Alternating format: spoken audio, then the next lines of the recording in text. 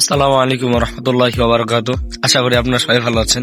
তো আমি আজকে যাব মাছ মারতে আমাদের পুকুরে এবং মাছ মারার জন্য। তো অলরেডি আমার আব্বা চলে গেছে, তখন এখন আমি যাচ্ছি। তো চলুন যাওয়া যাক। তো মূলত এই হচ্ছে আমাদের পুকুর।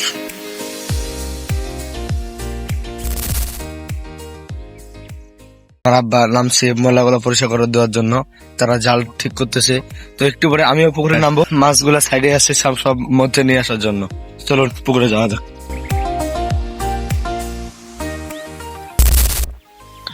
তো অবশেষে আমি পুকুরে নামে গেছি এই ময়লাগুলো পরিষ্কার করে দেওয়ার জন্য।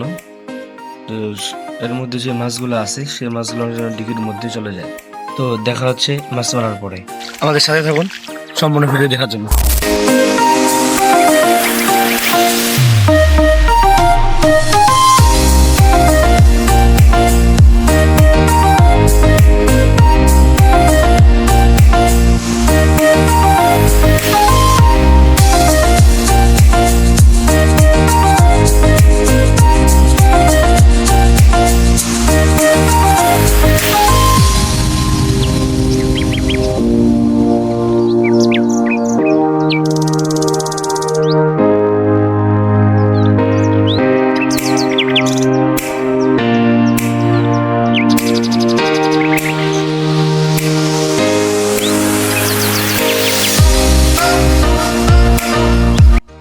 তো একটা কথা বলে যাই, আপনাদের পুকুরে যদি গ্লাস কাপ মাছ থেকে থাকে তাহলে আপনারা তাদের সেই মাছদের খাওয়ার জন্য কলার পাতাগুলো ব্যবহার করতে পারেন।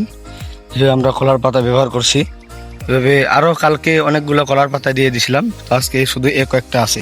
এগুলো খাই ফেলছে, এই যে দেখেন এগুলো হচ্ছে খাই ফেলছে, শুধু কলার মধ্যে যেটা আছে ওইটা ফালা রাখে দিছে। আপনাদের পুকুরে যদি এরকম গ্লাস কাপ মাছ থেকে থাকে তাহলে আপনারা ওদের খাবারের জন্য, একটি ভালো খাবারের জন্য কলার পাতা ব্যবহার করতে পারেন। তো আজ এ পর্যন্তই।